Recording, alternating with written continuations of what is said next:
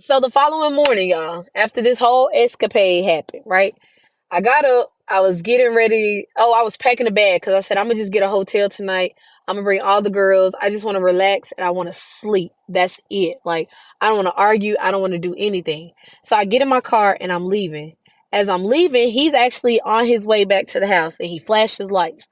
I slowed down. He said, "Where you going?" I said, "I'm about to go handle some business and then I'm going to go get the girls and we going to go." He said, "Come back to the house real quick," right? Now, mind you, he's never put his hands on me before. So I never really just had the fear that he was going to do something to me then. But yet it's still, I had my phone recording, all of that. Although it's in the house. Although I only got the audio recording, but he wanted to talk. So I pulled back up to the house. I said, "I'm outside." He said, "Man, I'm in the bed. I can't move. Just come in. Let's chat." So when I walk in, he in his room, right? I go in, I stand up. I said, "What's up?" He talking about, "Bro, we got to turn this into some money." That part about him, I fucking adore. But mentally where I was, I couldn't shake it. I said, "Yo, it would have been easy, right? Y'all seen us in the worst of the worst of the worst of the worst of the worst, bro. When I went to jail and I did them 7 days, that nigga was there. You know what I'm saying? He was answering my call. Like anytime I was in trouble, he came. So when he said that, it was more so along the lines of, I can't shake it this time, Joe T. I can't. Like you said, some unforgivable shit. You know what I'm saying? And me personally, the only thing I would ask for apologies about would be when I said about him fake being a demon. Well, no, I really feel like he was being possessed by a demon. But I don't know people's relationship with God, and I should have never spoken on that. And that alone, forgive me for it, right? But when you see somebody get on there and they portray to thousands of people, like, I live by this code, I act this way, I love the Most High, I'm doing this and I'm doing that, and then when they turn it off and in real life, they're living completely opposite. Yes, we have flaws. Yes, we have mess-ups. Yes, we have misunderstandings. Yes, we're sinners by default, but bro, you can't keep portraying this image. So as I'm standing there in front of the bed, he was like, "Bro, just sit down. Like, can we DoorDash some food and can we just talk?" And I'm like, "There's nothing to talk about." He was like, "Yes, it is. It's a lot to talk about. Like, we need to figure out how we're gonna spend this into some money. We need to get Destiny in it." I said, "Yo, my sister dead to me. Dead to me, yo, until I lay hands on her and pray." He said, "Am I dead to you?" I said, He said, "Answer the question. Am I dead to you?" I said, "You're not dead to me, but I'm numb." He said, "I feel like you've been numb since I met you." I said, "I'm really numb now because you did so much. You made it appear that I could come to you, be vulnerable. You realize all the shit from my stories, my books, all the shit that I've been through, knowing my baby daddies is crazy and having to deal with them. You know what the fuck I've been through, and you sugared it up and made me feel like I can come to you about anything, and then you snatch that away from me. And here I am in one of the most vulnerablest times, and you decide to say, that's why your mama gave you up when you was 4, because you was trash. That's why your kids is dealing with what they dealing with, because you trash. You don't love your kids because you trash. And of course, I said some things like, "Nigga, you went and did 10 years in prison. You didn't even think about the child that you just had out. Your child was 4 and you still out here committing crimes." You know what I'm saying? And that's usually not me to just go and hit below the belt, but you was hitting some very, very soft parts, because everybody who knows me knows I love my kids, and I'll fight to the end of time for them. And there may have been some unforeseen circumstances that ended me up with my son being with my auntie. I'd rather him be with my auntie than me sleeping in my car 5 years ago. You know what I'm saying? So I made the decision that I needed to make at the time, which later affected me. But everybody makes mistakes. You can't sit there and attack a woman who has been through so much and then want to make it seem like a woman is attacking you. What are these women doing to you, yo? What are we doing? And so he was just like, "Bro, like it's the past, bro. It's the past. We need to get past it. We need to figure something out." And I said, there's nothing to figure out. He said, "So are you really leaving? Like, this the end of our friendship? Like everything gone?" I said, "Bro, I'm done. I don't want you to think about me.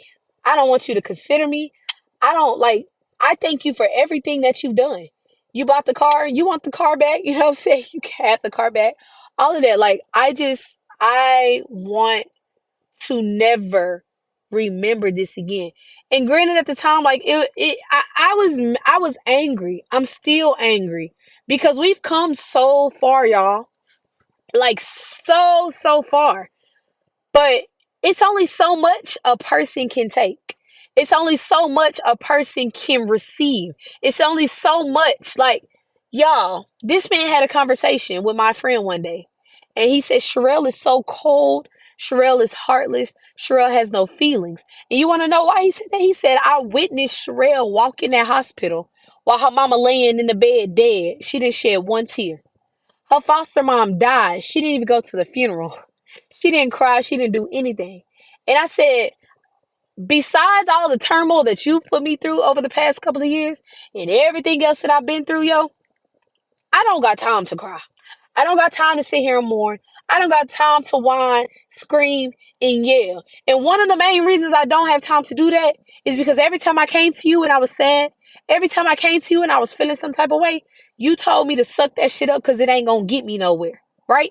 And I'm just soaking up everything like a sponge. That's what I do. I soak up everything, which is why people are like, oh my God, we thought y'all were siblings. Like, y'all are just alike or whatever. But I'm soaking up everything, yo. Sherelle, you don't got time to cry. You don't got time to be sad. You don't got time to be depressed. You don't got time to be having bad days. You got to keep going. Take that shit on your chest and keep going. Living by that motto over and over and over and over and over and over. Why? One, because I never wanted to taint the image that you had of me. Two, I never wanted to make you feel like me bringing my problems to you was weighing you down. All because of what you were saying. And now that I decide that I'm done, I'm fed up, the story is over, now I'm doing you wrong. No, no. Go find your peace. Go get your peace. Much love, happiness, peace, and joy towards you. I swear.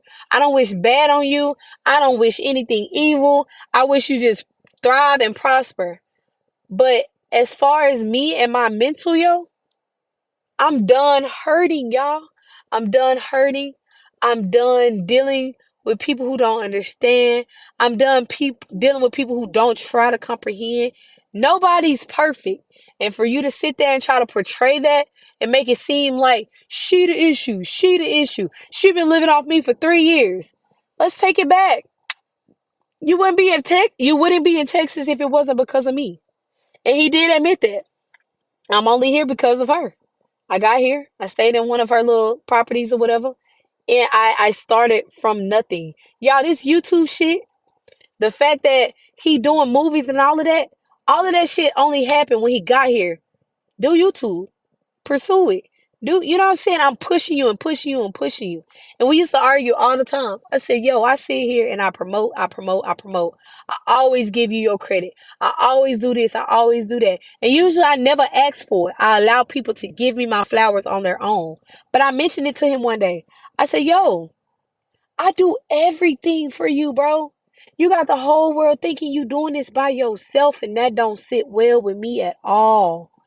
It don't. I'm not saying every day that I do something, you got to say, oh my God, look, my homegirl doing it. But a little bit of recognition, a little bit of appreciation, throwing dick, throwing money, all of that shit, no. I want to hear a thank you out of your mouth. I want to hear, like, I want to see the same time. I want you to reciprocate what I've been giving you. And you can't do that. That's your problem. You want the whole wide world to think you single. You want the whole wide world to think you got it together. You want the whole wide world to think that you overcame 10 years in prison and you are just living your best life when in fact you not. You, in fact, are broken. And the fact that two broken people can't come together and try to understand and figure things out together to grow and become two whole people that are together is sad. It is so sad. Women will break up with you mentally way before they physically leave you. And when I told him that, y'all, I heard the help because it was dark. It was dark when the little last part of the conversation was dark in there. I heard the hurt in his voice. But for me, it's a wrap. I did all that I could do. I can't even get butterflies in my stomach when I see you coming anymore. When I hear your name, my heart don't even skip a beat. It's a wrap. You sealed the deal for me and you.